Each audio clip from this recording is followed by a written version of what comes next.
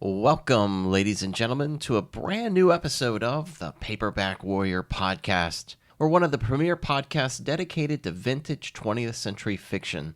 This show is an offshoot of the paperbackwarrior.com blog, and you can follow all of our happenings on Spotify, Amazon Music, YouTube, and anywhere that hosts streaming podcasts. My name is Eric, and I'm your host today, and let me just pause and say thank you. You welcomed us back in grand style. We had a break, something like 15 months between episodes 101 and 102, but we hit it hard, really hard on the last episode, and the people have spoken. And you guys want more and more and more, and that's awesome. So today, got another jam-packed show loaded with awesome book-related stuff, and I just can't wait to go over all these cool things that I've been researching.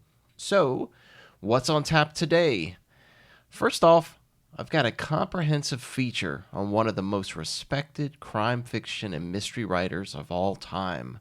That author is Hilary Waugh, which, by the way, is a man. Not that it matters, but some people seem to think that Hilary Waugh is a female writer. I don't know why in the world they think that. But my feature will cover all of the different series titles that Hilary Waugh wrote, with an emphasis on the Fred Fellows Police Procedural series. In addition to that, I'm reviewing a 1989 detective novel called Sea of Green by a gentleman named Thomas Adcock. We'll talk a little bit about him. Plus, I'm going to talk about some new additions here at the Paperback Warrior camp. And just like last week, I'm going to read you a story.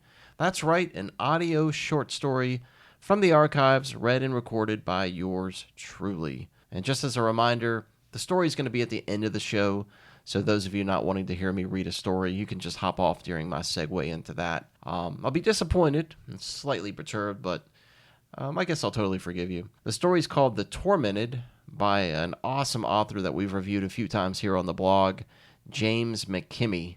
I think we even did a feature on him, I do believe.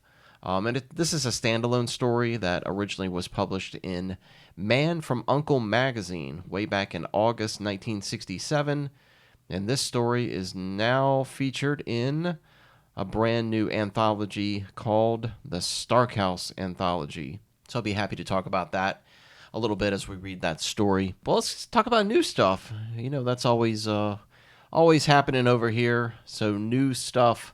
I got some new books. The first one I wanted to bring up is just the first one here in my little small pile. Let me grab these. All right. So this book is called Overkill. Not to be confused with the, what's his name?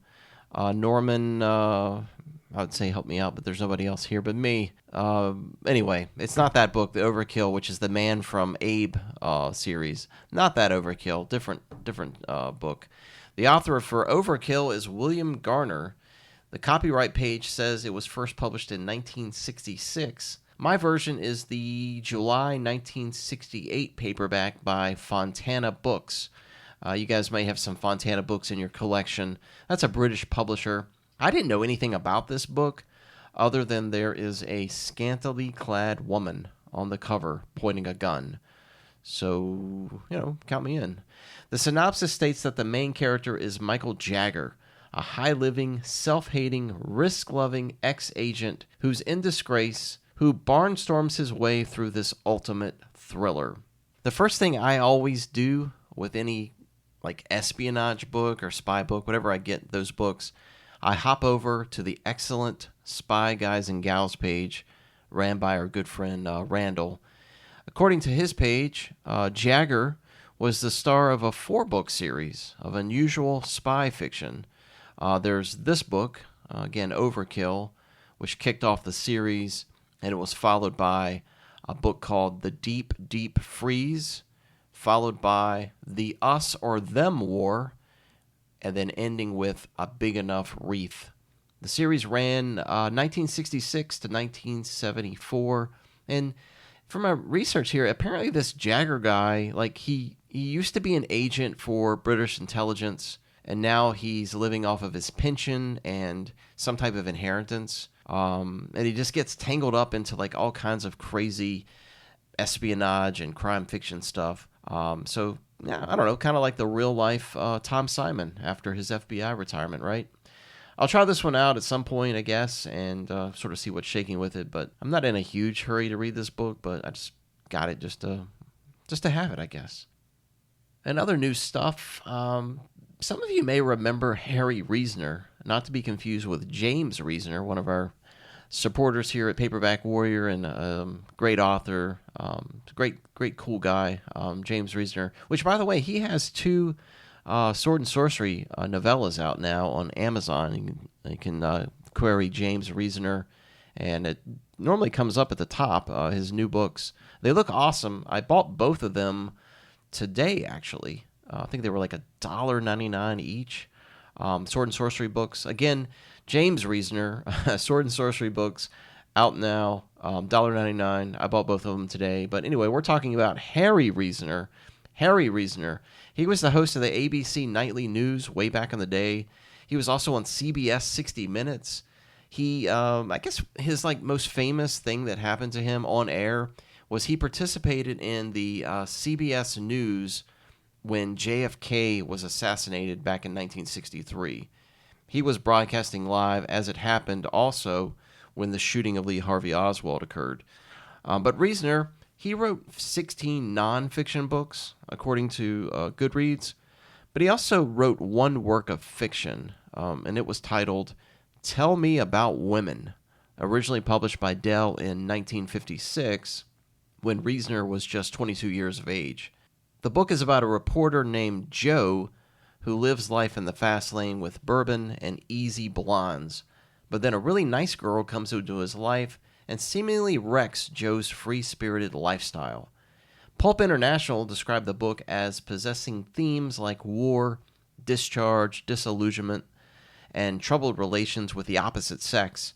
But the good folks at Cutting Edge have a brand new edition of this book out now in both digital and paperback. That's why I'm bringing it up now. It looks cool. I'm probably going to read this at some point. And again, on Cutting Edge Books. So go out there, get that one. Tell me how great it is. But again, I'll probably get it at some point, read it. I picked up this pulp collection from a company called Age of Aces. So Age of Aces is the publisher. They specialize in aviation pulp fiction. I haven't read too much of that subgenre, but I wanted to get sort of like a feel for it. So I got this book called Devil Dogs of the Sky, Volume 1, The Crimson Fog. The top of the book says Donald E. Kehoe's Mad Marines and 8 Weird World War I Adventures. And I'll have to say, there's not a lot of World War I themed books. I run into World War II all the time.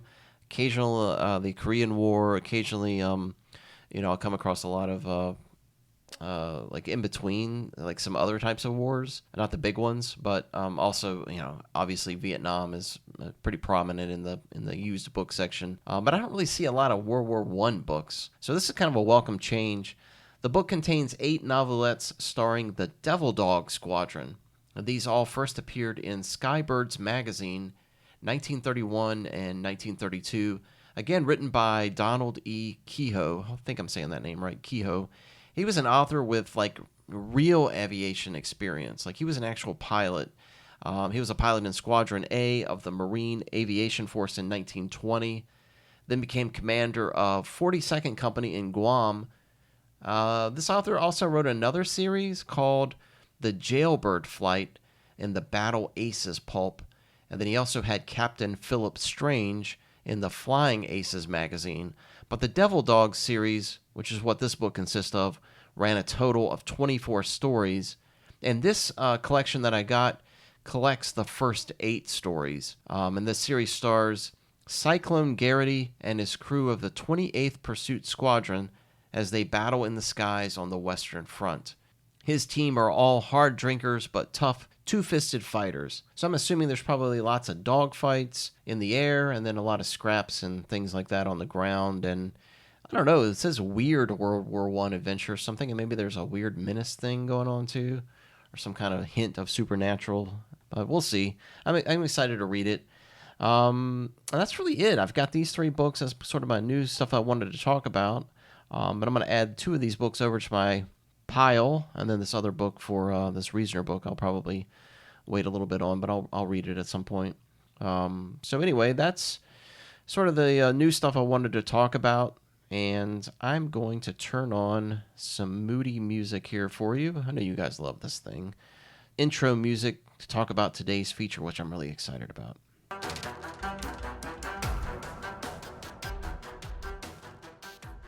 All right. Remember last week that I had mentioned that I was going to do mini features, like maybe 2 or 3 smaller features on some episodes? Well, you know how things change on a dime. So this episode is one massive feature on author Hilary Waugh. And I've spent some time recently on a few of his books, and I'm just really liking this guy. He's got a lot of interesting tidbits in regards to his career and his life. And he's got a great body of work. So let's jump into a feature on Hilary Waugh.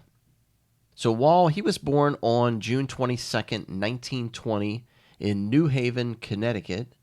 I was just there a few days ago, which I'm going to talk about on my next episode. I did a New England book experience, but I'll talk about it later. He attended Yale University in 1942, and he majored in art.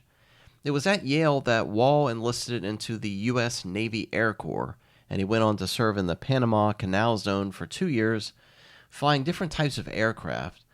Like so many other authors that we talk about, serving in the military, Hilary Waugh wrote his first book, and it was a book called Madam Will Not Dine Tonight.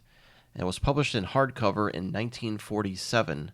It was later reprinted as If I Live to Dine in 1949. This was the first of 3 novels starring a New York private eye named Sheridan Wesley. The other books were Hope to Die in 1948, which we mentioned last episode as published by Handy Books. And he also finished out the series with The Odds Run Out in 1949.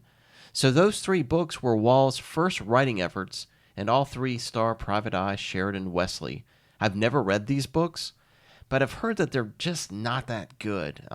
They probably clearly display an author honing his craft sort of at the beginning of his career. Waugh described them himself as 3 private eye, cute young couple novels. Now, at that time, he also wrote a story called Mr. Airplane, and it was in Argosie's September 1951 issue.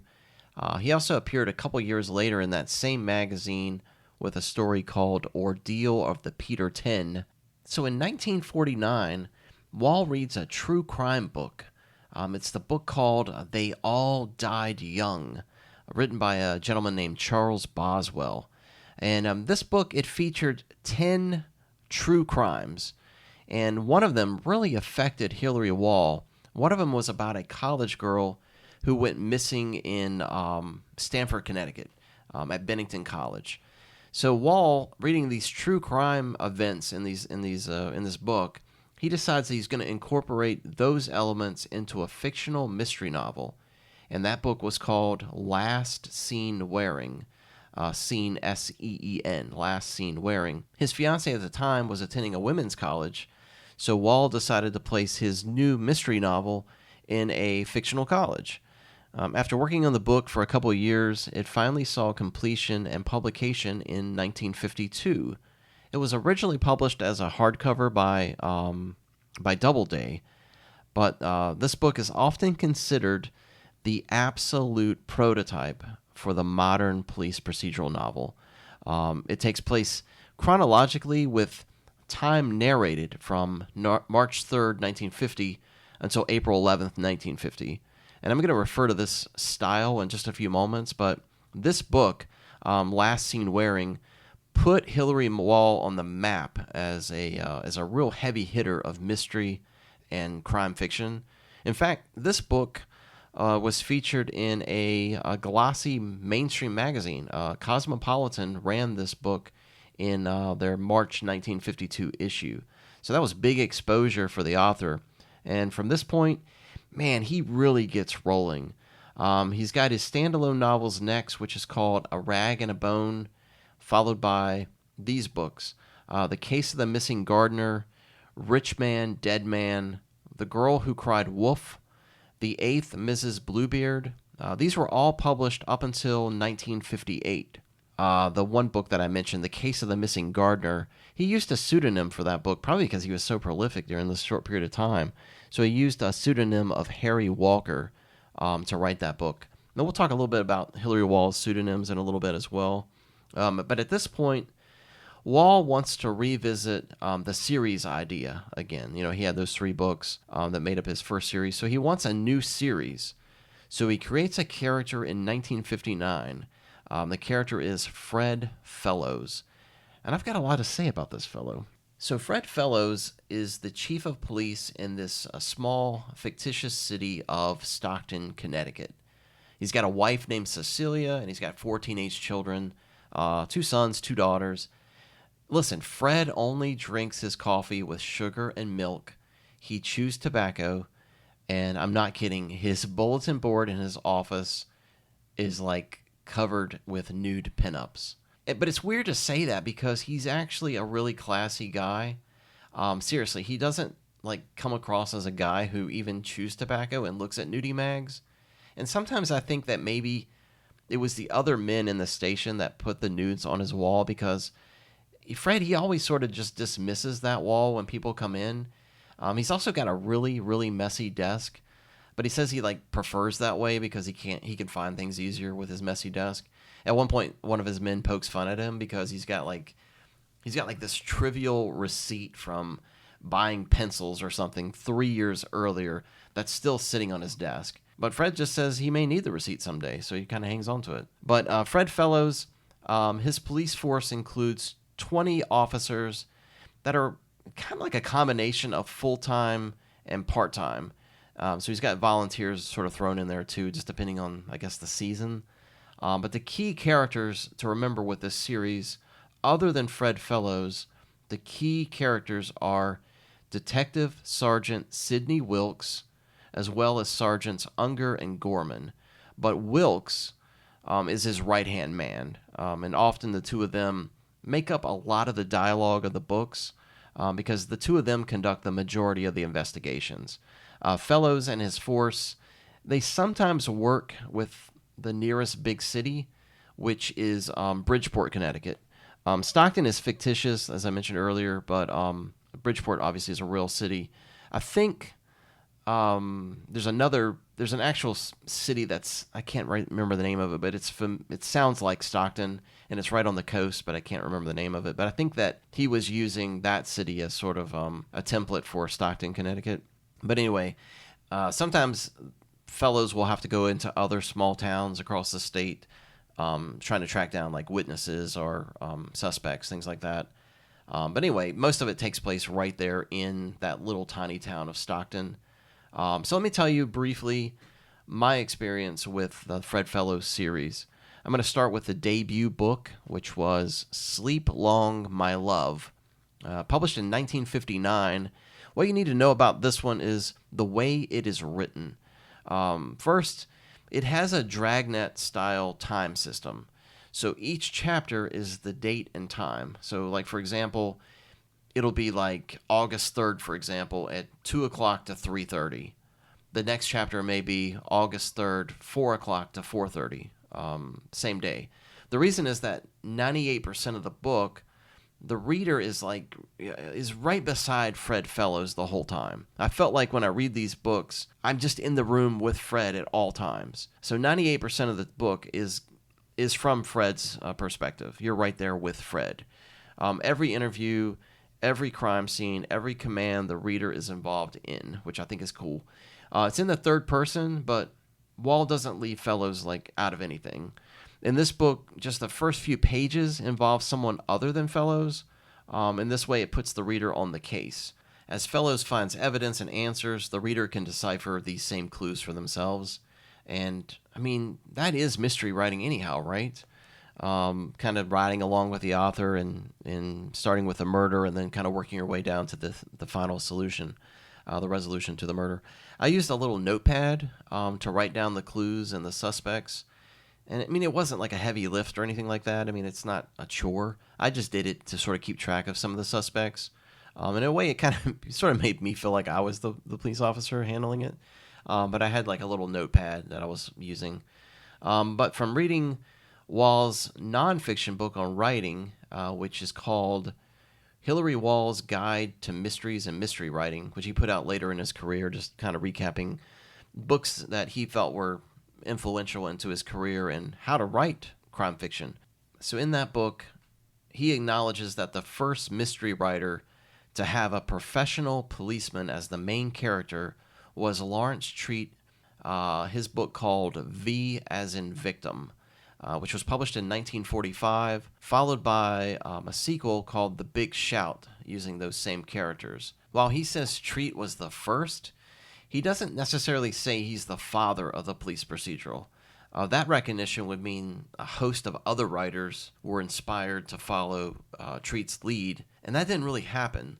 Treat was even quoted as saying that one time that he didn't even know he was writing police procedurals until someone invented the term and said that was the kind of thing he was writing. But Hilary Waugh says the father of the procedural is probably the program Dragnet, which makes sense. It created the field.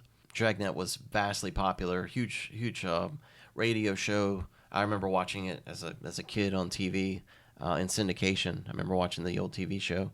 And when it comes to the police procedural, Hilary Waugh says that genre represented the second major change in the nature of the mystery story, since it achieved really its whodunit form with the advent of the classical detective story.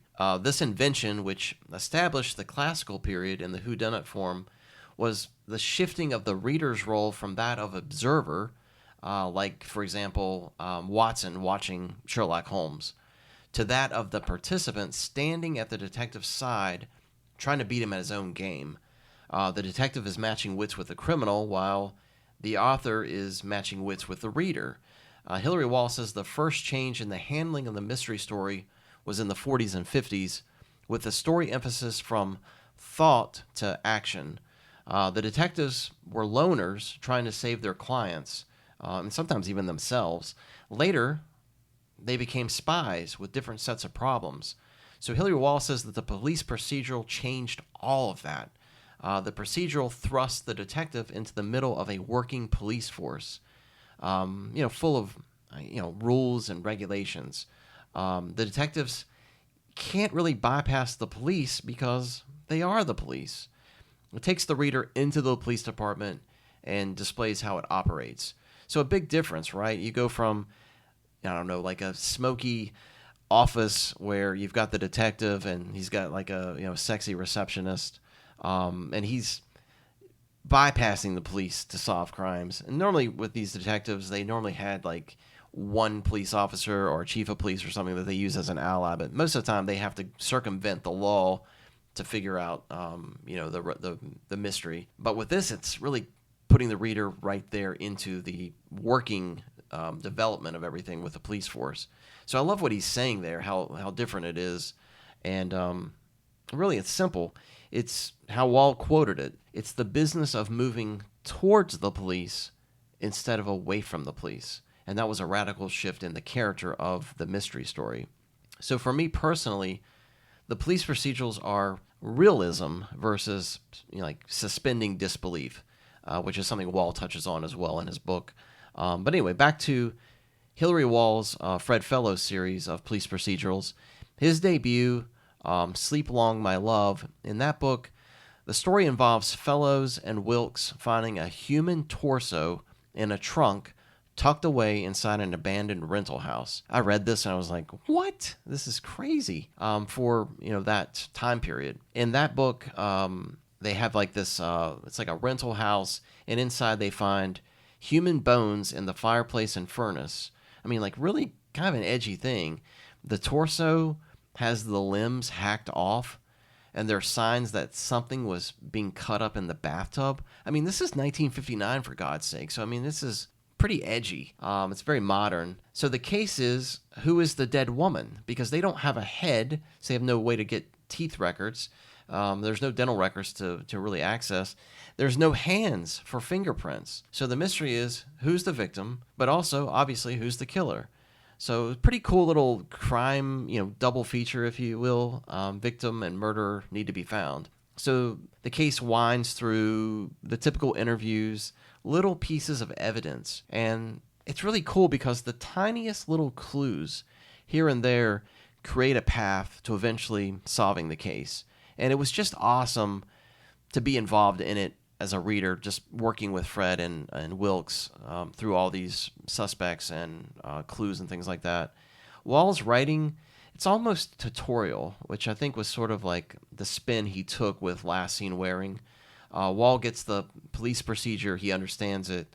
This book was adapted into a British film called Jigsaw, and I was poking around online. Even Pan, which is a British publisher, they published a paperback version of the book as Jigsaw. And just like his Last Seen Wearing book, this book, Sleep Long My Love, appeared in the October 1959 issue of Cosmopolitan. So big time exposure. Waugh's next book in the series is Roadblock, published in 1960. It's the second Fred Fellows installment. I reviewed it a while back, and you don't need to know anything about the first novel to read this. And I believe most of the series works that way. You don't necessarily have to read the prior book. You can just pick them in any order. But Waugh does a little something different with Roadblock. The entire first half of the book is the crime. Fred Fellows isn't even involved in the first half of the book. It's just the criminals. That's the only perspective is just the criminals.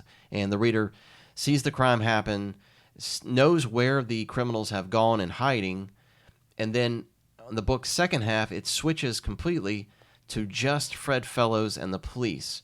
The criminals, you don't get anything from the criminals' perspective in the second half. You just get Fellows and the police trying to figure out where the criminals are and trying to solve the case. The first half is about these criminals that knock off a payroll truck at a local factory, and then they go scrambling to a planned hideout. And then the second half of the book is literally roadblocks. This is Fred Fellows setting up roadblocks all through town and then on the outskirts of town. So lots of roadblocks, lots of car chases and things like that. So, I felt like this was the first Fred Fellows book I had read, and I didn't really get it. I liked it just fine, but it didn't impress me that much. In fact, it's kind of like a getaway type story that I think that Richard Unekis, I think I'm saying that name right, Richard Unekis may have read this book because his novel, The Chase, was published 3 years later in 1963. And it's a heist and getaway thing with cops setting up roadblocks. And that book was adapted into a film that you guys may know called Dirty Mary, Crazy Larry, which had Peter Fonda and Susan George in it. So I think maybe Unekis read Roadblock and then sort of got an idea there of making a story all about roadblocks and a heist. I don't know. Remains to be seen. But this was the first Fred Fellows book I had read, and again, I sort of dismissed it, and I didn't really care that much about the Fred Fellows series until I started digging a little bit more into Hilary Waugh, and I wanted to try it again. The last one I'm going to tell you about real quick is the series' fourth novel, which is called Born a Victim. Now, in this one, Waugh still keeps the same blueprint of the reader being right beside Fellows the entire book. If Fellows can't see it or hear it, then the reader can't either. Again, it puts the reader right into the case, examining the clues and evidence along with the police. In this one, though, the timestamps and the dates go away. So Waugh just goes with just chapters that are numbered. This story has Fellows looking for a missing girl and just finding all sorts of crazy skeletons in the closet with the girl's wild family history. This book is dark. I mean, like really dark, and I loved this book. You're going to see reviews on the blog in the coming days for Sleep Long My Love, and then also for Born a Victim. All right, and so the Fred Fellows series, it ran 11 books from 1959 through 1968. But at the same time, Waugh was also writing other books at the time period as pseudonyms like H. Baldwin Taylor. Those books were The Triumvirate, Trouble with Tycoons, and a book called The Duplicate. During this time, he also wrote one story for The Armchair Detective. But during that 9-year period of writing the Fellows series, Waugh also wrote 5 standalone mysteries as well under his name. But then in 1968, after he said everything he needed to say about Fred Fellows, Waugh decides he wants to create another series. This one is called Homicide North. So Homicide North started with a book called 30 Manhattan East. It's a terrible title, by the way, because it's confusing with 2 cardinal points, and then it just doesn't make any sense. But 30 Manhattan East is the debut of the Homicide North series. There were 3 total Homicide North books. The other 2 were The Young Prey and Finish Me Off. These ran from 1968 to 1970. The 30 Manhattan East novel also appeared in the August 1968 issue of Argosy as well. With this series, it stars Lieutenant Frank Sessions and the detectives working out of the Homicide Squad in Manhattan North. Frank Sessions is 37. He likes women, food, liquor, and books, like in that order. Like his clothes, the food and liquor have to be good, but books and women he wasn't so fussy about. He's also divorced. Sessions works with detectives Eklund, Conager, and Dunford. There's also homicide sergeants in there as well, guys named Remick and Laird. These books work the same way as the first 2 Fellows books, where each chapter is a date and timestamp. So again, the reader's right there with the police on every page. The reader only knows what the police know, which I think is pretty cool. For whatever reason, I don't really know why, but the Homicide North books only ran 3 total novels. And then, after 1970, Waugh goes back and writes another 9 standalone novels through 1980, some of which were like a different genre, which we're going to talk about. So like so many mid-20th century writers, Waugh penned Gothic romance novels. So you may kind of laugh that off, but I mean, you think about it, guys like Gil Brewer, John Messman, Irving Greenfield, it wasn't uncommon for those guys to write Gothic romance novels because it was a hot market. The 1970s were ripe with those Gothic romance novels from publishers like Fawcett Gold Medal, Avon, Paperback Library, you name it. They were all in the Goth game. So for these books, Waugh used the pseudonym of Elisa Gradower, Gradower, Elisa Gradower. The names of the books, just real quick: Summer at Raven's Roost, 1976, Seaview Manor, 1976, The Secret Room of Moorgate House, 1977, Blackbourne Hall, 1979, Rivergate House, 1980. And then under his own name, he wrote another Gothic called A Bride for Hampton House, which I think is more romance than goth, but you get the idea. So you can kind of see the pattern, right? Waugh would do a series, then a bunch of standalones, then another series, then standalones. So by 1980, guess what? He wants to create another series. So this is his final series. This series stars a character named Simon Kaye, Kaye. So Simon Kaye. He's a private detective. He's in New York City. He's got an office. He employs a dark-haired beauty, obviously, that serves him 10 o'clock coffee, along with doing administrative stuff. His friend is Father Jack McGuire, and the 2 of them play chess with each other. There's 6 total books in the Simon Kaye series. It ran from 1980 through 1986. I don't have any experience with these books, other than they all have the word case at the end, like the Glenna Powers case or the Veronica Dean case.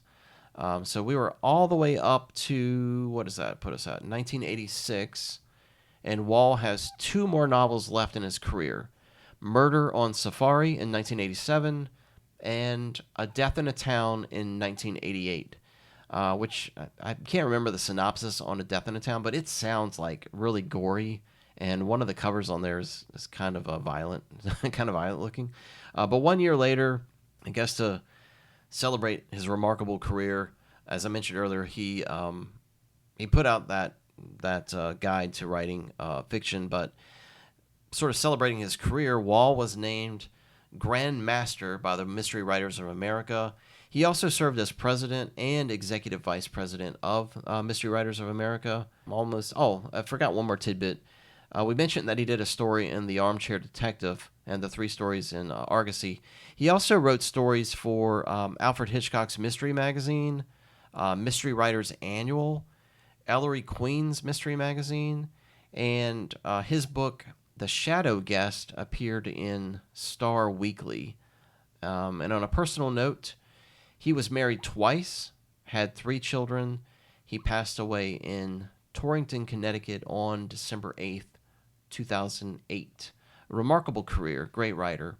My sources for this feature was the Fiction Magazine Index, the Stop Your Killing Me blog, of course, archive.org, and as I mentioned earlier, Hilary Waugh's Guide to Mysteries and Mystery Writing. So that is all I have on Hilary Waugh. I hope you enjoyed that, and I hope you'll go out and search for some of his books. He's worth pursuing. So let's move over to my promised review today. My promised review sort of goes back to the police procedural theme, sort of in a way. So what we're talking about is Sea of Green, and it was written by a gentleman named Thomas Adcock. Now, some of you may remember Thomas Adcock's name because he was in a previous, or he penned a previous series called Ben Clayton, T-Man, and those were 5 books starring a U.S. Treasury Department agent. The books were published by Warner Books from 1981 to 1982. But shortly after that series, Adcock branched out into what I would consider more of like a mainstream series because the books are fatter page counts. I mean, we're talking like 300 to 400 page books, which is mammoth to me because I'm used to reading like, 180 page books. So those are pretty big, but 300, 400 page books. And the series that he created was the Neil Hockaday series. So Neil Hockaday series. There are 6 total books published from 1989 through 1997, published by Mysterious Press. And all of them, from what I can tell, is they're presented in first-person narrative. So I decided to start at the beginning with the series opener, Sea of Green. So here's the scoop on Hockaday. So Hockaday is a divorced, plainclothes detective. He's working the streets as part of New York City's street crime unit, which is in Manhattan out of Midtown North. So he calls it Scum Patrol, Scum being the acronym for Street Crime Unit Manhattan. He knows the area well. He's Irish, which ties into the Sea of Green part. He grew up in Hell's Kitchen. He was an altar boy there. As he got older, he works his way through the police ranks and now spends his day just collaring small-time swindles. He does a few drug busts, the occasional shooter, stuff like that. For you savages out there, your firearm enthusiast out there, he carries a .44 Charter Arms Bulldog and a shoulder holster, and he carries a .32 Beretta Puma on his left ankle, and a .38 Police Special in a belt snap holster, because I know those things are important to you, right? Hockaday moves into a tiny apartment house on West 43rd Street and 10th Avenue. And so after you get this brief history, sort of introducing the character, the book kicks off with Hockaday discovering that one of his snitches has been murdered. When Hockaday investigates the murder, he interviews the man's landlord. It's kind of a sketchy guy named Howie. A few days later, Hockaday returns back to his home and discovers Howie's naked dead body in his bathtub. That's a surprise, right? Next, Hockaday's superior puts him on the case of, I'm not making this up, puts him on the case of the Most Reverend Father Love of the Healing Stream Deliverance Temple. It turns out that this preacher, a guy named Waterman, has received numerous death threats in his offering plate. There's little notes saying, you're going to die, things like that, we're going to kill you. So during the investigation, this unknown shooter assassinates Waterman, like right in front of Hockaday. And somehow the murder of Waterman ties into a real estate swindle involving the very dead Howie and Hockaday's snitch and this huge swath of land that's called the Jungle. So that's sort of the premise. That's the idea of the book. I don't know. This book was just okay for me. I sound like Randy Jackson on American Idol. I don't know. It was just okay for me, man. It was just okay. I was really kind of hoping for like some action, but it just, I don't get the impression that Hockaday has a violent bone in his entire body. There's just no action. What there is a lot of Hockaday at the bar. And it's seriously, this dude does nothing but sit at the bar and drink for 100 pages of this book. I mean, I get that he's there to talk to people that may be helpful in the case, but it's just so focused on his bar scene. And if that isn't bad enough, Hockaday gets romantically involved with this cabaret dancer. Her name's Mona. And that's what this book is about, honestly. This book is about Hockaday and Mona having this romantic encounter and dating and doing this weird romance thing. The Reverend thing and the shady landlord, it's really on the back burner on like a totally different stove in a different restaurant. It seems like it's so far down on the priority list for the author. I don't even know what's going on, but the author just sticks to Mona and Hockaday front and center throughout most of the book. My other issue with this book is politics.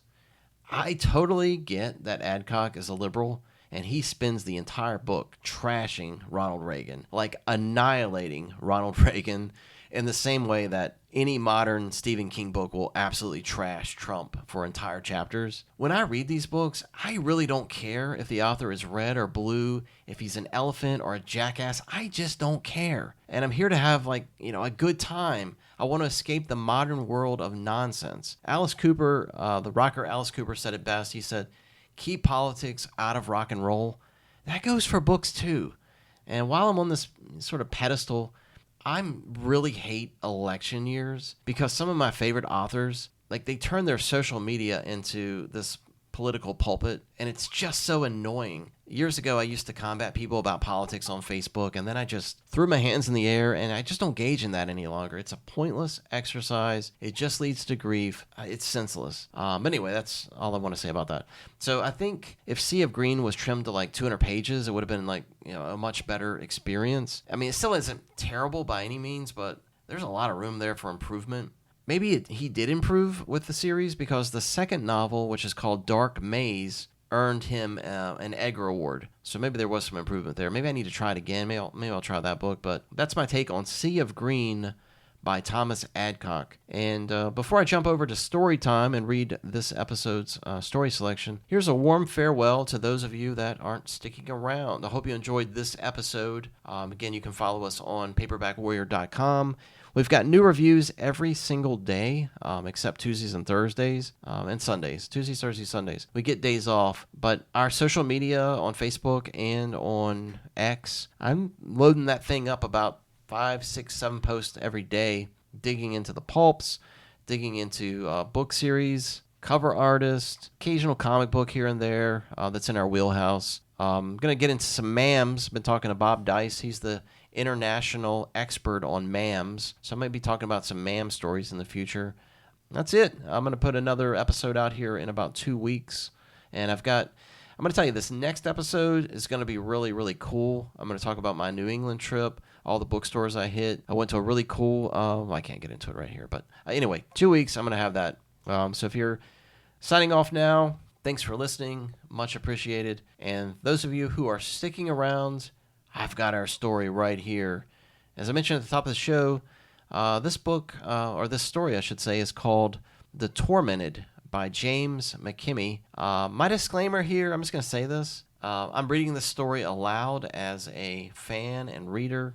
I receive no monetary incentive whatsoever to read this story. I've got no skin in the game. I didn't even request permission from Starkhouse Press, so maybe it'll be okay with them, maybe not. I'm sure they're going to let me know, but I'm just going with it. So here we go with The Tormented by James McKimmey. A chilling evening wind blew across the small crossroads town on the spine of the Coast Range Mountains. Inside the Copper Lantern Bar and restaurant, the air was fragrant and warm from logs blazing in the huge stone fireplace. The aroma of charcoal-broiled steaks and garlic bread came from the restaurant section, whose broad windows overlooked the vast spread of the San Francisco Peninsula below. David Farrell sat at the L-shaped bar and ordered another beer. It was a Thursday and customers were sparse. Only 2 parties were dining. Farrell and 3 other locals sat at the bar. One was Vince Ecker, a regular. "Egg skull," Ecker boomed to Farrell from down the bar. Loudly, Farrell thought, always loudly. He turned his head to look at the large, sinewy man whose eyes were the color of gunmetal, which was appropriate, Farrell thought. I'm thinking Ecker. Ecker wheezed, and there was no other description for his laughter. That's what you do, all right, Egg Skull. Think, but it don't make you any money. The man wore a black nylon jacket, tan Levi's, and hunting boots. A white Stetson was pushed back from his pulpy, cruel face. His ski-styled sunglasses rested on the dark wood beside his beer bottle. He grasped the bottle with a broad, stub-fingered hand and drank. He was a primitive, Farrell thought bitterly, born into an advanced civilization that had done little to bring him up beyond his animal status. He had been able to secure himself a good living as a construction foreman. He also owned a shrewd, childlike ability to make the savage cut, as he had just done again. He knew that Farrell had received a lengthy college education, but Ecker also knew that Farrell was presently living near pauperhood, trying to support a wife and child on the meager pay he received as a book clerk in Palo Alto, 10 miles below. But that particular situation was going to be corrected, Farrell thought. Is that the extent of your contribution? He asked acidly. He was as large as Ecker, but there was a difference in their physiques. Beneath Farrell's bulk was fat, not muscle. His face was pale against the weathered brownness of Ecker's. He would have liked to have suddenly transformed into a tough and muscular specimen in order to take care of Ecker physically, but there were more realistic ways. I was wondering if you want to go night cooning again, Ecker said. Farrell turned away as Ecker began wheezing again. He remembered vividly that night 2 weeks ago when he'd gone hunting with Ecker. Out of some foolish belief that he should test his courage in Ecker's presence, he had agreed to it despite the fact that, unlike Ecker, he had never wanted to see any animal killed. He got into the man's pickup truck with 4 lean hounds inside the special compartment built on the flatbed behind. They drive onto a narrow road at the rear of the large rental ranch owned by Martin Brynmart, a retired investor who lived in seclusion in a sizable house built on that land. He got out of the cab as the carbine carrying Ecker had walked behind the truck to open the dog's compartment. The hounds sprang out in smooth, stretching leans and immediately began ranging, noses to the ground and yipping. Ecker switched on his powerful flashlight as the dogs found a scent and gathered to bound into the darkness. Farrell was a lover of nature. He particularly liked animals. He loved to hike through the hills to observe deer grazing on the highest slopes. He liked to see rabbits springing away from his step. He liked cats and dogs, even the hounds owned by Ecker, who had been bred and trained to lead the butcher to his quarry. All animals, he thought, could be categorized into just what they were. The devious breed was human. He cared little for any one of those, including his son Jolly, and certainly his wife Millie, who refused to allow him to own a pet of any kind. Yet here he was, walking across a field with a killer of deer, raccoons, anything on which he could sight his gun. Because he was growing increasingly more nervous, he tried to make conversation. Doesn't Brynmart mind our being out here at night? Minds any time, Egg Skull. To hell with him. I've took more deer meat off this land of his than you can figure. What's he going to do about it? He's peculiar, isn't he? Hermit. That's what he is. Even his own foreman don't get beyond his fence. Only me, when I deliver his supplies every Saturday. How come you, Ecker? I trained his dogs. You ever see them? I hiked in one day to where Rawls' house is by the gate. I saw them. He pictured those 2 dogs running back and forth behind the steel barbed wire top fence that Martin Brynmart had ordered built around his house. German shepherds, trained to attack on command. Trained, he now learned, by Vince Ecker. Them dogs would listen to 2 people only. Brynmart and me. No more, though. They're dead and buried. What happened? Someone threw them a hunk of poisoned meat. Now I gotta train me 2 more for him. Farrell stepped gingerly over the tufted grass. I hear Brynmart's rich. Yeah, Ecker said shortly. Why does he hide away like that? Who knows? He's a nut. But Farrell was not so sure about that. Having seen Brynmart's sanctuary, he'd become increasingly envious of the man. Brynmart's life, he decided, was one of perfection. Free of all worries and all responsibilities, he could live exactly as he chose. As Farrell moved apprehensively through the night, with the dogs running ahead of them, he was regretting everything. Because of a small inheritance, he had been able to remain in college for graduate study in English literature. He'd been content there. But then he'd met Millie and made the unfortunate mistake of marrying her on a slightly drunken weekend in Reno. Now they had Jolly, a bit under 2 years old. Farrell, who'd failed at a brief stint of teaching, had been required to become a clerk in a bookstore to support them. He would gladly, he thought, trade places with Martin Bryn Mawr. The sound of the dogs turned into a wild chorus of barks and yelps. Ecker hurried his pace. "They got one!" Farrell followed him reluctantly over the rise of a hill, then down where the dogs were gathered around the trunk of an oak. Eckert pointed his flashlight upward to find the treed raccoon. The animal's eyes glowed against the light. Ecker handed Farrell the flash. Listening to the bedlam of the dogs, feeling his throat dry, Farrell held the beam on the raccoon as Ecker carefully lifted his carbine. There was the crack of the rifle, and Farrell closed his eyes. As Ecker reclaimed the flashlight, Farrell looked again and saw that the raccoon had dropped to the ground, where it was slashing, biting, and growing viciously as the dogs darted at it. "You didn't kill him," he managed. "Hell no," Ecker said happily. "The dogs do that. I just winged him." Farrell watched in horror as a small hound's belly was slashed by the raccoon's claws. "You're letting your own dogs get killed." "I get some more," Ecker said in delight. Farrell looked again at the bloody, raging battle. Then he trotted away. He stumbled over another small rise and sat down weakly beside the trunk of a small, wind-warped tree. He thought he would be sick for a time, listening to that wild sound of battle behind him. Then he came to himself. He finally realized that he was sitting in a small cleft of a hill which rose directly above Martin Bryn Mawr's house, no more than 500 yards below. Outside the fencing, there were the lights of the smaller house used by the foreman, Cass Rawl, then the long run of dark space to the larger house where light shone from a wide window. Farrell used his excellent eyes to see that Bryn Mawr was reading a book in a leather chair beside a desk and a fireplace. He was lean, white-haired, and wore dark-rimmed glasses. He put the book down and walked to a wall. He reached under a corner of the desk, and a panel of the knotty pine wall slid back. He reached inside the recess and drew out what was obviously a packet of currency. He put his hand beneath the corner of the desk again. The panel closed. He placed the packet in a drawer of the desk, then returned to his chair and began reading again. Farrell rubbed his mouth. Finally, he returned to the truck, where he waited in the cab until he was startled to find Ecker's flash suddenly lighting the hood. A ripped carcass of a raccoon was slapped down on the metal. Ecker wheezed with laughter. "What's the matter, Egg Skull? You don't like a little fun?" Farrell poured beer from his new bottle and listened to Ecker wheezing again. "He just don't like that night coon in no way." The bartender diplomatically refused comment. Instead, he said, "How's that new Winchester working out, Vince?" "Best you can buy," Ecker said with enthusiasm. "I got that thing zeroed in so I could shoot the eye out of a gnat at 1,000 yards.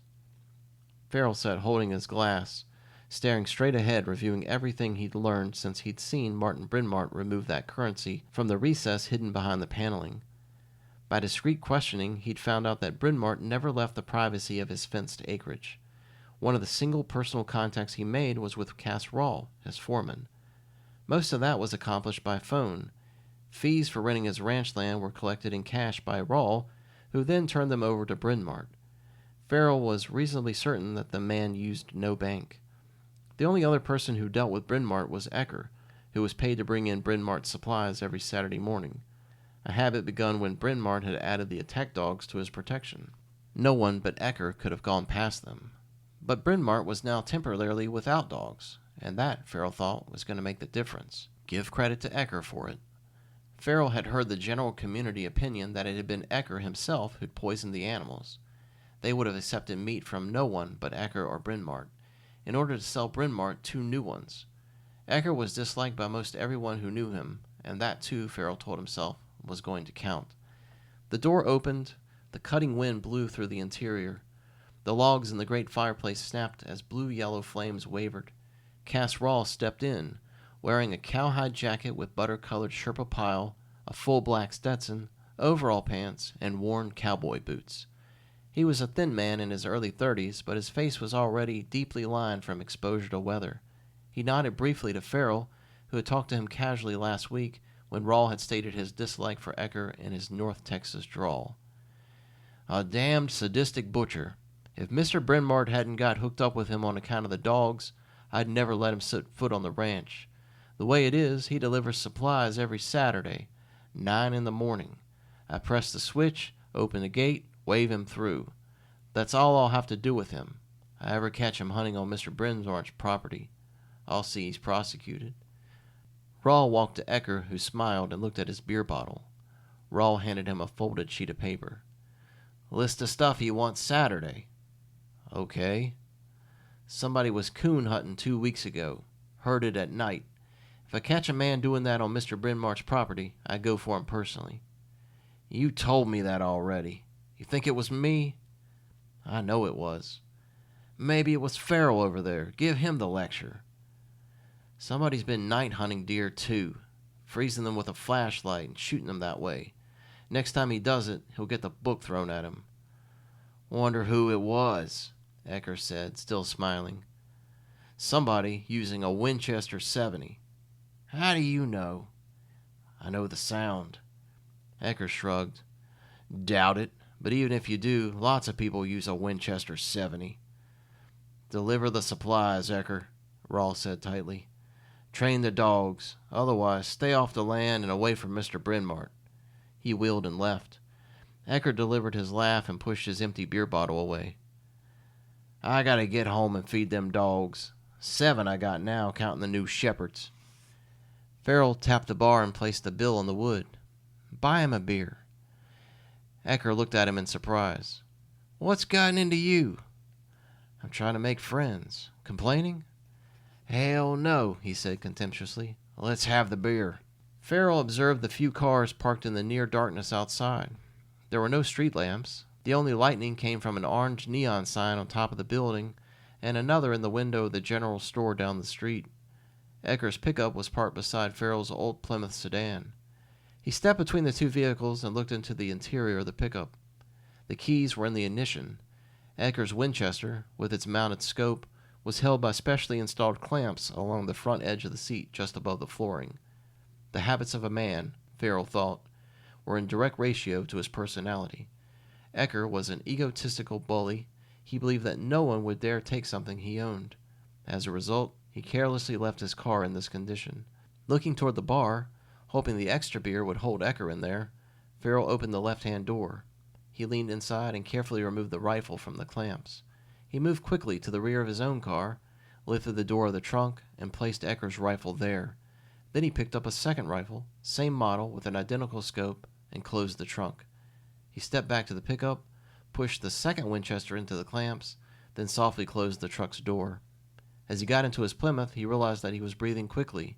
He drove away, regretting only the memory he'd paid for that rifle at a large and busy sporting goods store in San Francisco, where, he was certain, he would never be remembered. It had taken most of what meager savings he'd had in the bank, but it was an investment that would pay returns, if it worked. He stopped his car beside the small cabin he'd rented to house his family, then walked through the wet wind into a steamy kitchen which smelled familiarly of ham and lima beans. Millie looked at him reproachfully. Her hair was in curlers, her permanent due, he thought dismally. The lines of her plump face, she was 15 pounds heavier now than when he'd married her, were set in that vacant expression worn ever since Jolly had been delivered. Her voice came forth in a thin, high whine. "I have to hold dinner every night." "So you do," he said wearily, and looked into the living room where Jolly was trying to work his portable crib into a wall by yanking back and forth on a top slat. "Night after night," Millie shrilled. He walked into the living room and sat down in an ancient easy chair. Jolly saw him and started babbling loudly. Moments later, the crib jarred into one of Farrell's shins. Grunting with pain, he stared back in fury at the wet, wicked smile Jolly was showing him. Vince Ecker's redwood house, its shingles, catching the last light of the following day, was in a secluded hollow at the north edge of the sparsely housed community. Farrell stood in the protection of a thick grove of trees above, watching the man working one of the shepherds in the fenced area of his dog run. He wore the protective gear of an attack dog trainer and held a small leather whip with frayed ends, which he repeatedly snapped into the dog's nose. The dog, its eyes growing brighter, snarled and attacked with greater vengeance. Farrell jogged 100 yards back to where he'd parked his car. He drove to the crossroads and got out to enter a public telephone booth. As he dialed, he felt his blood warming. He let the rings repeat until he heard the breathless, angry voice of Ecker. Yeah? He assumed a nasal drawl, which he'd practiced repeatedly through the week. Raw, Ecker. So? Forget bringing in those supplies tomorrow morning. Why the hell not? He doesn't want to be disturbed. All right, let him starve then. Hurry it up on those dogs. That's what I'm doing, Ecker said. He returned to his car as darkness began enveloping the community. The macadam leading in the direction of Bryn Mart's land ran south in dipping curves. Farrell drove in that direction, passing the ranch, then turning right on another highway. When he reached the small road at the rear of the property where Vince Ecker had brought him the night of the hunt, he got out and opened the trunk to remove the rifle. A cow was standing in the distance, but he could not see it because of the increasing darkness. He moved swiftly over the tufted field, over a rise, and into the small valley where the raccoon had been killed by the dogs. He walked over another rise and stopped beside the small wind-shaped tree. The windows of the house used by Cass Rawl were dark. He truly hoped that Rawl was gone. The wide window of the large main house was lighted. Feeling his nerves tingling, he saw that Martin Bryn Mawr was reading in the chair near the desk and fireplace. Farrell lifted the rifle and sighted through the scope. His heart was bumping, but he forced himself to hold the rifle steady. His fingers squeezed. The report sounded cannon-like in his ears. The kick of the rifle spun him half around.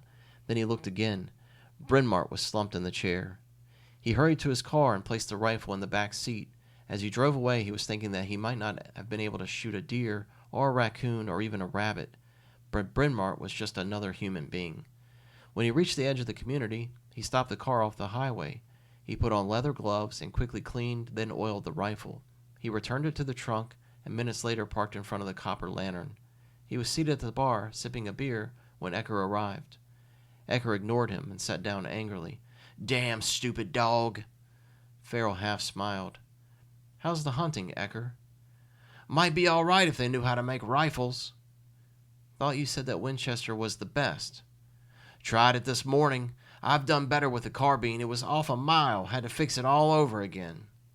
Maybe now you can hit a raccoon clean enough to kill it, Farrell said dryly. Raccoon? I'm going for the big stuff from now on. Like what? Maybe go up to the Sierra and get a bear. Cat, maybe. Maybe go down south and find a pig. I told you about them wild boars, didn't I? Yes, Farrell said, and finished his beer.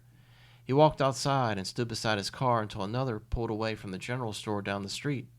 Then he put on the gloves again and exchanged the Winchester from the trunk with the one held by the clamps in Ecker's pickup. He placed that in the back section of the Plymouth on the floor, then drove down a winding road to Palo Alto. He crossed through town to the Dumbarton Bridge, where traffic was light. Halfway across, he stopped and leaned from a window to throw the rifle over a guardrail into the bay. At 20 minutes to 9 the next morning, he again stood inside the public telephone booth dialing Vince Ecker's number. Who? Ecker demanded. Farrell. So? You were talking about cats last night. I saw one down the highway. Ecker's voice assumed immediate interest. Where? You know that little road that cuts off the highway just north of the road to Bryn Mawr's place? What kind of cat? Big. Wildcat? Looked bigger. How big? 5 feet long, maybe 6. He could hear Ecker's breath drawing in. Mean looking, Farrell said. Mountain lion, I figure. Maybe came down from the north. I ought to phone the sheriff.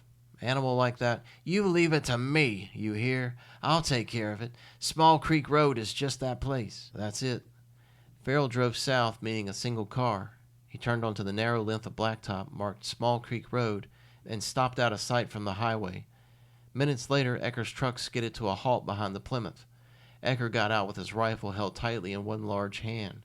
He released 3 dogs from their compartment. Which way? The sun glinted against his sunglasses. Down, Farrell said. Through those trees, along the creek towards the valley. 5, 6 feet? Swear it was. Ecker motioned his dogs ahead and followed, running. Farrell waited until he heard them deep in the trees. Then from a pocket, he drew a bottle of tan makeup purchased at a variety store. He smoothed it over his face. He fitted on a pair of ski-type sunglasses. Finally, he removed from a foil-lined carton a black parka and a white medium-brimmed Stetson. He put them on and placed the carton on the right-hand side of the seat of Ecker's truck. He turned the key of the pickup and back to the highway. Then he drove to the road leading to Martin Bryn Mawr's fenced acreage. When he neared the small house used by Cass Rawl, his palms had become so wet he could no longer hold on to the steering wheel. He stopped and put on his gloves. Then he forced himself to drive the truck to the gate. Through the dark glasses, he saw Rawl appear at the doorway of his house. Rawl glared at him, but the gate opened. Farrell drove through, breathing hard. He stopped at a side door of the large house and carried the empty carton out of the truck. His worst moment arrived when he became certain that the door would be locked. It wasn't. He stepped inside and began looking for the room where Bryn Mawr would be in that leather chair. After several tries, he found it. He looked at the man, at what was left of him after the tearing slug from the high-powered rifle had created its destruction. Then he strode to the desk and located the lever beneath the corner. Paneling slid back. Farrell stared at the packets of currency stacked there. Finally, with shaking gloved hands, he was able to transfer the packets into the carton. He looked around the room, feeling an increasing greed, and noticed a sheet of paper on the surface of the desk. He stepped closer and read the beginning of the note. To whom it may concern, I, Martin Bryn Mawr, hereby reveal the following events. He read no further, feeling a fresh panic. Had Bryn Mawr somehow known that he'd been observed? Had Farrell been seen that night of the raccoon hunt? And had Bryn Mawr written something? Farrell grabbed the paper, folded it swiftly, and slid it into an inner compartment of his wallet. He picked up the carton and returned to the truck. He did not look at Rawl's house as he drove through the gate. Through a rearview mirror, he saw it closing behind him. He reparked the truck where he'd met Ecker and carried the carton to the trunk of his car, where he placed it beside a small spade. He removed the sunglasses, parka, and hat, put them in the carton, and closed the trunk. He wiped his face with a handkerchief, then got behind the wheel of the Plymouth and drove back to the highway. Following the undulating road, he drove 15 miles south. He stopped on a turnout in a heavily wooded area. When no other cars were in sight, he got out and retrieved the carton. He carried it with a spade into the woods. In a small clearing, he dug a deep hole, fitted the carton down, then scooped earth back and smoothed pine needles over the surface. On the way home, he threw the spade and makeup-stained handkerchief from the window. When he walked into a small cabin and sat down in his chair, he was exhausted. His mind went entirely blank. Millie kept complaining to him, but her voice seemed very far away, and the words she spoke were unintelligible. 1 year, 2 months, and 5 days later, David Farrell sat near a window of a large stone house. Encircled by a corrugated steel fence, the structure had a fortress-like quality and blended smoothly with the flat Nevada sagebrush land. Located well off the highway, outside Reno, Farrell could see nothing immediate but sage and brown earth and rock. In the distance, the bluish rise of mountains was fading in the wavering light of late afternoon. He stood up feeling edgy. There were smudges of darkness beneath his eyes. He paced slowly through the silent house from room to room, trying to find satisfaction in this haven and finding none. He thought of going out to the front patio to sit for a while before the cold night sharpened the air, but he decided against it, as he had for weeks. A bit later he would have to walk out to the gate anyway to see if there was mail. That would be enough exposure. He could never be certain. He knew what a good rifle could do at 500 yards. He sat down in his living room and stared at a cold fireplace. He thought back, as he did every day, to how well it had gone once Cass Rawl had decided to go into Martin Bryn Mawr's house and found him dead in the library. They arrested Vince Ecker 2 hours later. The next day, a sheriff's detective had come to question Farrell at length. When Ecker's case had come to trial, Farrell had been required to go on the witness stand. Ecker kept shouting his accusations. Several times he had to be physically restrained, but Farrell had answered the questions in a polite, shy manner, which, he knew, had suited the jury. His performance had been in complete contrast to Ecker's screaming and shouting. The defendant has made the claim, Mr. Farrell, that he was, in his words, framed, that you, in fact, fired the rifle, that ballistic tests have proven to be the murder weapon. I'm aware of that. Is there any truth to it? Certainly not. Ecker, swearing, was in high fury, his face mottled with rage. It is the defendant's contention that you switched rifles in his truck, shot the deceased yourself from a hill, then tricked the defendant into trailing a non-existent cat of some description while you entered the fenced retreat of the deceased in the disguise of the defendant to steal valuables which might have been hidden behind paneling in the library. Did you?" Farrell displayed a certain amount of incredulity at the proposition. "I've heard the contention, sir. I continue to be surprised by it. No, sir, nothing like that happened." The cords of Ecker's neck bulged like taut ropes. "You did not exchange rifles with the defendant?" "I did not." "You did not shoot the deceased?" "I wouldn't kill a rabbit, sir, let alone Mr. Bryn Mawr. I did not." "You did not phone the defendant to explain that you'd seen a wild animal, which caused him to meet you at a location called Small Creek Road?" "No, sir." "You did not send the defendant on a chase after that animal, then disguise yourself in apparel similar to his and drive his truck onto the property of the deceased?" "Certainly not." "You did not see the defendant at all that day?" "Yes, sir. As I was driving south on the highway near 9 o'clock, as I often do on a Saturday, I saw him drive his truck onto the road leading to the house of the deceased." When his testimony had been completed, he smiled at the jury, then left the stand. He'd known fairly certainly that it was going to work when he'd heard the testimony of Cass Rawle. "Please tell me, Mr. Rawle, are you absolutely certain that the driver of the truck who went through the gate the day following the established murder time of the deceased was Vincent Albert Ecker?" Farrell watched Cass Rawle's eyes shine with the hatred of the devoted servant who has lost his master at the hands of the enemy. Cass Rawle said, "Vince Ecker, all right." He knew positively that was going to work when the prosecuting attorney summarized his case by characterizing Ecker as a sadistic killer who would go to any means to accomplish his selfish mission, in this case the theft of an undetermined amount of money still unfound because it had been hidden away by the defendant. Ecker had put the finishing touch on the performance by shouting, accusing, and raging in such a fashion that not a juror felt him to be anything but what he had been betrayed to be by the prosecution. Farrell had hoped that he would be given the gas chamber, but Ecker had gotten a life sentence instead. That had been good enough anyway. Farrell had since learned that Ecker's performance in prison as a surly, halting, bullying, provocative inmate continually precluded any possibility for eventual parole. Farrell stalked into his library lined with every book he had ever wanted to read, but he had not been able to concentrate on anything these past weeks. He was nervous, feeling a growing fear of some unknown quantity which could destroy him. Yet he knew that was absurd. He had perfect protection here. He had not made the mistakes Bryn Mawr had. He had refused to bring in dogs because that would have required dependence upon a trainer. He allowed his supplies to be brought only to the gate and left outside until he picked them up. Nobody came through the gate but himself. Yet he had to walk through the open to reach that gate and collect supplies and mail. Each time that he was required to do it, his apprehension became greater. He sat down and rubbed his palms over his knees. He'd also been thinking about women.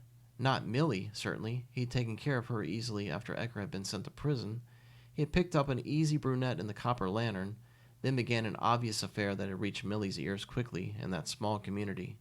She divorced him. But based on his book clerk's income, she had gotten very little from him.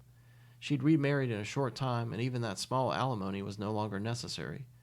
No, he did not want Millie, but any other woman. Yet how could he risk leaving this place to find one?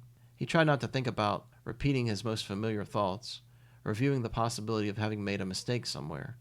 The largest, he was certain, had been taking that sheet of paper from Martin Bryn Mawr's desk. He stood up again and resumed pacing, feeling his blood pumping. At first he had worried most about the condition of that money in the foil-lined carton, but when he had finally dug it up, he discovered that it had been preserved perfectly. Then he'd worried about demonstrating any sort of affluence by spending some of it. But he'd gotten the idea of moving to Reno, where he had claimed heavy winnings on small stakes in the casinos. He had even declared the winnings on his income tax report and paid taxes on them. No one had questioned anything. It all came back to having taken that note Bryn Mawr had written. Because of the state of shock that had hit him that evening, he could not remember removing it from his pocket, the wallet which contained the note. But he must have, because it disappeared. He recalled that he had demanded of Millie that she find it, but she could not.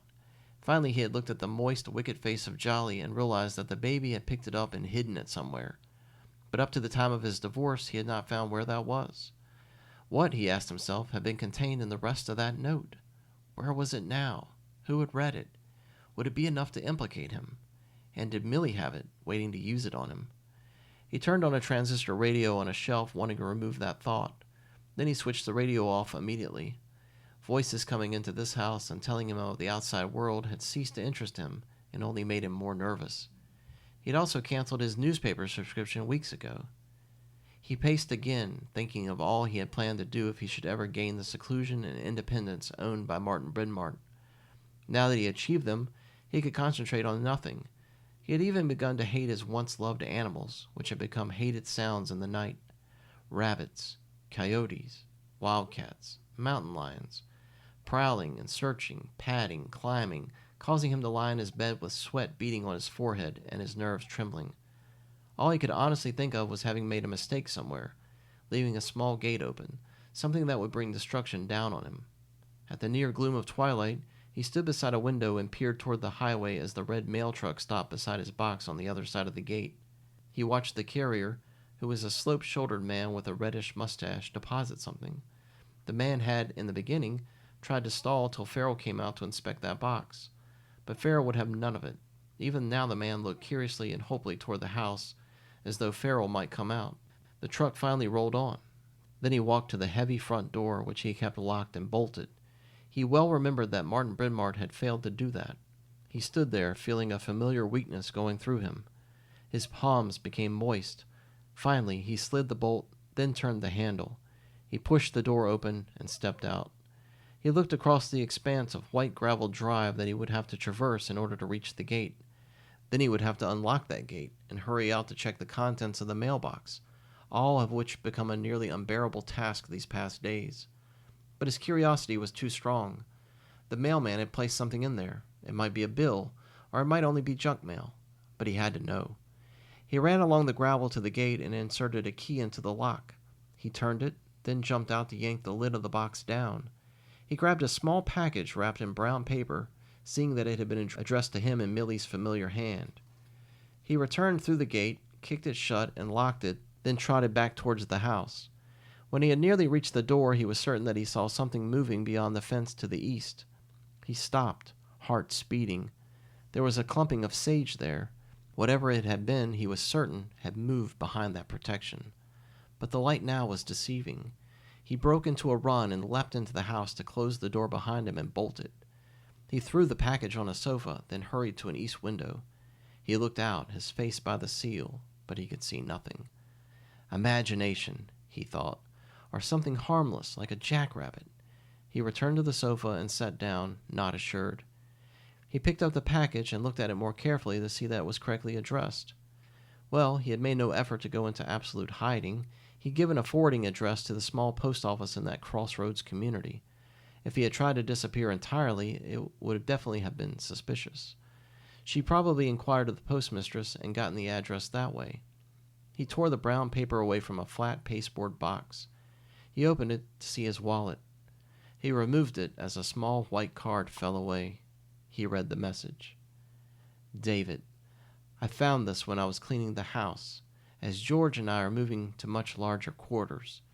It was inside the register of the heater in the living room, where I guess Jolly put it, sliding it down a vent. As you will notice, there are only $2 inside, which I did not touch. I am sending it not out of any respect for you, as you hurt me all right, but because it has your various cards you were so upset about losing. I'm only trying to be honorable, no matter how much anguish you have caused me. Yours truly, Millie. He opened the compartment which contained his various cards, then he looked inside the second compartment where he placed the note from Brynmart's desk. He pulled out the folded paper. Had she opened that compartment too, to find this? He threw the wallet aside and got up with the paper. He walked in a fast circle around the room. Then he hurried to his library, where he switched on a desk light and sat down to read. To whom it may concern, I, Martin Brynmart, hereby reveal the following events, beginning with the decline of my partner, Albert Henshaw. It was true that Albert engaged in dishonest measures which profited him greatly, at the expense of many innocent people, as was stated in his suicide note found beside his body in his car where he died of carbon monoxide poisoning. What is not true is that he later filtered away those profits, as was stated in his note. What is not true is that I knew nothing of his dealings. What is not true is that he willingly committed suicide. I discovered his manipulations, after which time I confronted Albert with my knowledge. By threatening exposure of him, to his wife, to his daughter, to his son, to his friends, I was able to extract the whereabouts of that money. By working on his shame and guilt, I was able to get him drunk, after which I carried him to his garage, placed him in the car. It will be remembered that a large percentage of alcohol was found in Albert's blood, as well as a half-consumed bottle beside him in the death car. But Albert was intoxicated before the car's engine was started. By me. I have since experienced an increasing torment for that deed. The money, first gained by Albert, is tainted money. It has made me a prisoner in this hated stockade I have created in these wretched hills. I have received nothing but hell in exchange, secluding myself in this fashion, afraid, nerves nearly shot. I damn the money and all it has caused. All that I desire now, as Albert did before me, is some release from my torment. I invite, welcome any release. The handwriting became nearly illegible near the end. The letter had not been completed. Farrell continued to stare at the words. Then he stood up suddenly, eyes shining with fear. Millie had read it, he thought. Yet why had she sent it to him, giving the evidence away that he had been in Bryn Mawr's house? Then he nodded quickly, a muscle flickering along a cheek. She was playing with him. Like Ecker, playing with a wounded raccoon. Sadistic. Devilish. He whirled, hearing something moving outside. He ran to the window and yanked the cord to snap the drapes shut. His mouth had turned dry. He tried to swallow and could not. Ecker, he thought, reaching that absolute and inevitable conclusion he should have reached months ago. You couldn't cage a man like that. Somehow, some way. He switched off the desk lamp and stood in the darkness, shaking with a strong chill. His hearing for any alien sound had become acute. Now he heard something very alien. Someone running out there. He fell to the floor and pressed his cheek tightly against the rug. He listened, shaking badly, licking his dry lips. But now there was only silence. Slowly he crawled toward the shelf where the transistor radio rested.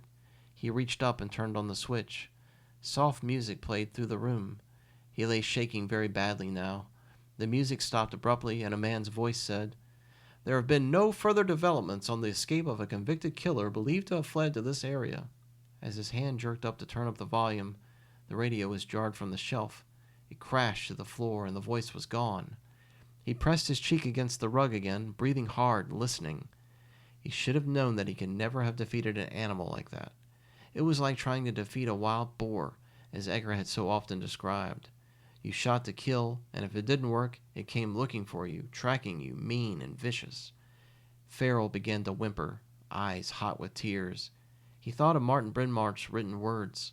I damn the money and all it has caused. Cheek to rug, lying flat beside the desk, he envisioned the special womb he had created for it with his own hands. A trap door recess right there beneath the desk. He heard that sound of running again, closer now. He whimpered once more, shaking violently.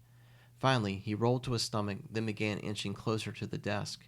He slid his trembling fingers along the grain of the rug, searching. He had found the clasp that held the fabric flat, loosened them, then peeled the rug back. He managed to find a key in his pocket and inserted it into a heavy lock built into the oak planking of the floor. He turned the key and lifted the trap door. He began removing packets of currency. At last he pushed himself up to his knees, then to his feet. He stood swaying drunkenly, holding one of the packets. He staggered to the drape cord and yanked it. The drapes were drawn open with a thin, whistling sound. With his free hand, he reached out and switched on the ceiling lights, bathing himself in hard white brightness. Gasping for breath, eyes wild, he unlatched the window and threw it open, staring into the darkness. Ecker? He listened and heard nothing. He held up the packet of money and shook it, wanting only to be free of his torment. Vince Ecker! He saw the muzzle flash. He did not hear the explosion. Dusty, thick-soled shoes stopped beside the bloodied body. A stub-fingered hand gathered up the packets of currency. A pulpy, ultimately cruel face creased with a smile. Minutes later, David Farrell was alone in his house. Well, there you go. That was The Tormented by James McKimmey. As I mentioned earlier, this story is included in a Starkhouse anthology, literally called the Starkhouse Anthology, edited by Rick Ullerman and Greg Shepard. This book's for sale on Amazon, and Tom Simon actually reviewed this book. You can go on the blog and go to the tags for Starkhouse Press, and you probably see that one come up first. He reviewed it a couple weeks ago. But again, really appreciate you sticking around to listen to this story. I appreciate you listening to the whole episode. And as I mentioned earlier, I've got a new episode coming in about 2 weeks. Stay tuned for that. Continue to follow us on Facebook, X. You can read all of our reviews on paperbackwarrior.com. And, of course, you can stream this podcast through YouTube, Spotify, Amazon Music, Spreaker, and a lot more. Take care, and I'll talk at you in 2 weeks. Bye for now.